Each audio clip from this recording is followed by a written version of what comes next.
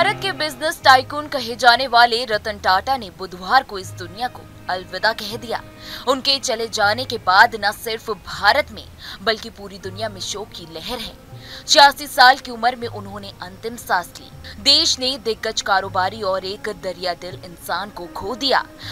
9 अक्टूबर की रात रतन टाटा का मुंबई के ब्रीच कैंडी अस्पताल में निधन हो गया।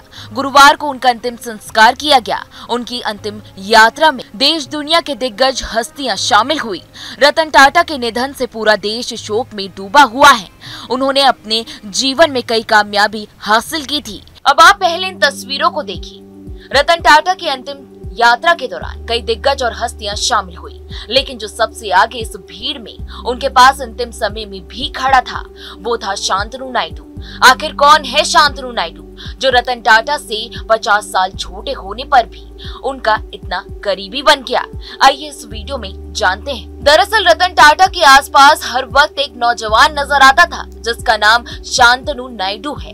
शांतनु का रतन से कोई पारिवारिक संबंध नहीं है, बल्कि वो टाटा ट्रस्ट के डिप्टी जनरल मैनेजर के तौर पर नियुक्त है। जानवरों के साथ नायडू की दोस्ती ने उन्हें रत्न का दोस्त बना दिया। आइए जानते हैं कैसे। दरअसल नायडू ने एक इंटरव्यू में बताया था 2014 में वो पुणे के टाटा एलएनसी में ऑटोमोबाइल डिजाइन इंजीनियर के रूप में काम करता था। एक रोज जब वो ऑफिस से घर लौट रहा था, उस वक्त उसे सड़क पर एक मरा हुआ कुत्ता दिखाई दिया। इसे देखकर वो इतना परेशान हो गया, उन्होंने उस आवारा कुत्ते को कार की चपेट में आने से बचाने के लिए रिफ्लेक्टिव कॉलर बनाए। जब कुत्ते के शरीर में लगाए जाने वाले इस डिवाइस की मांग बढ़ने लगी, तो फंड की कमी के कारण लोगों की मांग पूरी करने में उन्हें काफी दिक्कत होने लगी। तभी उनके पिता ने उनसे टाटा को एक पत्र लिखने का आग्रह किया। पहले तो वो झिझके, लेकिन आखिरकार उन्होंने रतन टाटा को एक पत्र लिख ही दिया। 2 महीने बाद नायडू को टाटा से एक पत्र मिला जिसमें शांतनु को निजी रूप से मिलने के लिए कहा गया था। इस मुलाकात से रतन टाटा इतने प्रभावित हुए कि उन्होंने शांतनु के एनजीओ को फंड देने का फैसला किया। इसके बाद ही उनके एनजीओ ने न सिर्फ कुत्ते को बल्कि बाघों के लिए भी कॉलर डिवाइस बनाने का फैसला किया। इससे देश भर में जानवरों से जुड़ी घटनाओं में कमी आ गई। तो वही कॉर्नेल यूनिवर्सिटी से एमबीए की पढ़ाई करने वाले शांतनु नायडू समूह में काम करने वाले अपने परिवार की 5वीं पीढ़ी हैं। तो वहीं 2018 में अमेरिका से एमबीए की पढ़ाई कर वापस लौटने के बाद वो टाटा ट्रस्ट में डिप्टी जनरल मैनेजर के रूप में शामिल हो गए। रतन टाटा के सबसे करीबी माने जाने वाले 30 साल के शांतनु नायडू ने एक इंटरव्यू में बताया कि वो टाटा के साथ डिनर करने गया था।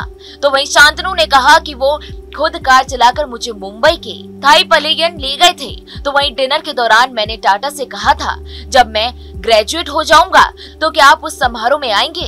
इस पर टाटा ने कहा कि मैं पूरी कोशिश करूंगा और वो जरूर आए। शांतनु ने कहा कि मैं कॉर्नेल यूनिवर्सिटी में एमबीए करने अमेरिका जा रहा था, तब उनसे मैं पहली बार मिला।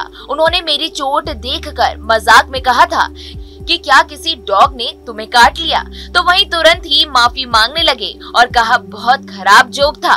बहरहाल रतन टाटा के जाने का दुख सिर्फ भारत में ही नहीं बल्कि पूरी दुनिया में देखने को मिल रहा है। तो वहीं रतन टाटा जाते जाते सभी के दिलों में छाप छोड़कर चले गए। बहरहाल इस वीडियो में इतना ही। देश दुनिया की तमाम बड़ी खबरों के लिए आप हमारे साथ बने रहें और देखते रहें न्यूज नेशन। न्यूज नेशन अब व्हाट्सएप पर खबरों की ताजा अपडेट के लिए न्यूज नेशन के इस क्यूआर कोड को स्कैन करें।